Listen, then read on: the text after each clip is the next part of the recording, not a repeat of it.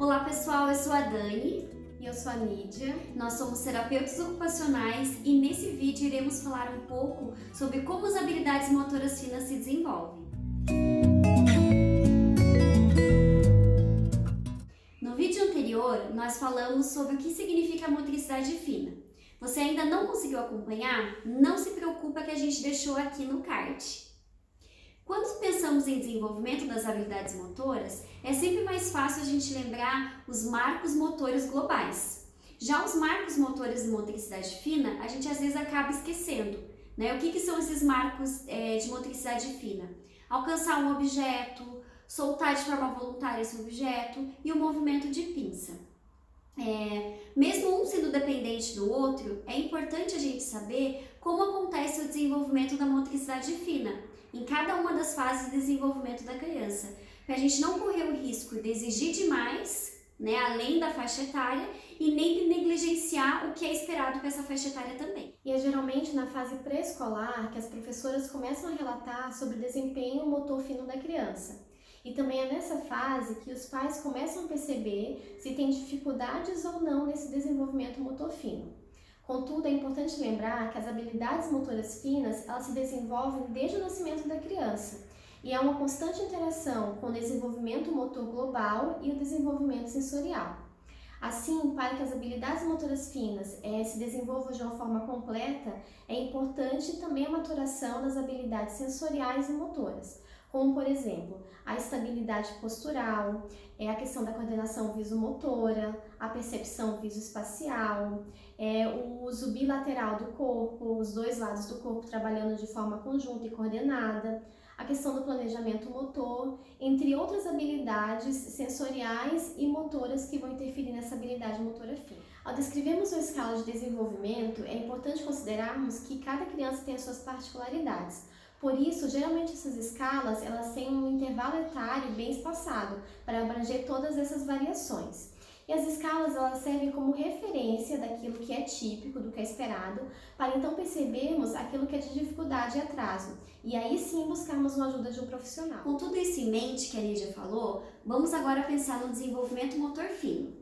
Geralmente, entre 0 e 4 meses, o bebezinho começa a movimentar o braço, movimentar as mãos para conseguir tocar objetos e estímulos visuais. Depois ele começa a coordenar os olhos e a movimentar a cabeça frente a esses estímulos, que vai ser o início do controle óculo-motor. Mais próximos dos 2 meses, ele vai ser capaz de agarrar o objeto oferecido, mas não vai conseguir soltar de uma forma voluntária. Entre 4 a 12 meses, o agarrar com as duas mãos passa a ser com uma mão só. Com 4 meses, o bebê começa a apertar os objetos. Entre 6 e 7 meses, o bebê começa a fazer a pinça lateral, que é o polegar em oposição à lateral do dedo indicador. Ele tenta pegar os objetos e os alimentos assim. Aos 12 meses, ele é capaz de fazer a pinça polpa a polpa e a transferir os objetos de uma mão para a outra. Ele ainda consegue controlar o movimento da cabeça e dos olhos, o que facilita muito a localização dos objetos que ele quer pegar e acaba agarrando com mais precisão esses objetos. É nessa mesma época que o bebê é capaz de encaixar pequenos objetos, folhear livros, bater um objeto contra o outro e a usar a colher, pegando o alimento e levando até a boca, mas usando a mão toda. Ainda com 1 ano de idade, com o melhor controle postural, o bebê passa a utilizar todo o braço nas suas brincadeiras e ele é capaz de alternar entre mão direita e a mão esquerda. Com os 2 anos, ele passa a utilizar com mais frequência uma dessas mãos, mas ainda não é aquele período de estabelecimento da dominância. É nessa fase também que os dedinhos começarão a trabalhar de forma mais independente. E os desenhos eles vão ter mais traços e linhas ao invés de círculos. Dos 2 aos 3 anos, a criança consegue controlar melhor o seu tronco e movimentar-se pelo ambiente alcançando os objetos que estão mais longe de si. O traçado passa a ser realizado com o movimento do cotovelo, ao invés do braço inteiro, e inicia a atividade com o uso bimanual, as duas mãos trabalhando juntas. Com 2 anos, ele tenta usar a tesoura, porém com as duas mãos, e aos 3 anos ele consegue recortar, mas sem direcionalidade. É nessa época que ele consegue realizar os encaixes mais complexos, girando os objetos para poder encaixá-los. De 3 a 4 anos, a criança utiliza com mais frequência a mão preferida. e passa a usar a outra mão enquanto desenha. Os desenhos eles ganham novos traçados e formatos, e com isso inicia a compreensão de pintura dentro do limite. Por volta dos 4 anos, a criança já é capaz de usar a apreensão trípode e recortar com direcionalidade. Dos 4 a 5 anos, a dominância manual já está estabelecida. A criança consegue pintar com os movimentos mais refinados de punho e dedos, e dentro dos limites, e ela consegue fazer recortes menores. Nessa fase, há um aumento da força manual. Dos 5 a 6 anos, as duas mãos trabalham juntas, porém com papéis bem definidos. Uma vai liderar e a outra vai apoiar.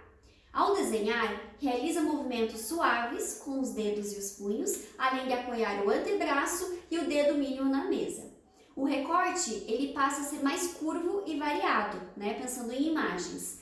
Nessa fase, a mão da criança também já consegue se configurar para segurar e manipular qualquer tipo de objeto e ferramenta.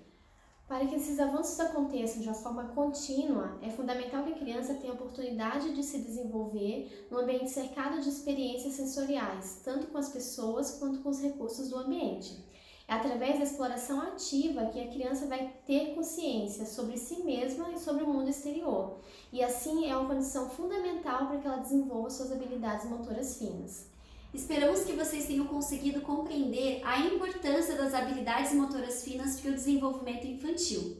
Os nossos próximos vídeos envolverão temas como apreensão de riscantes e habilidades de pré-escrita. Fiquem ligados nas próximas semanas.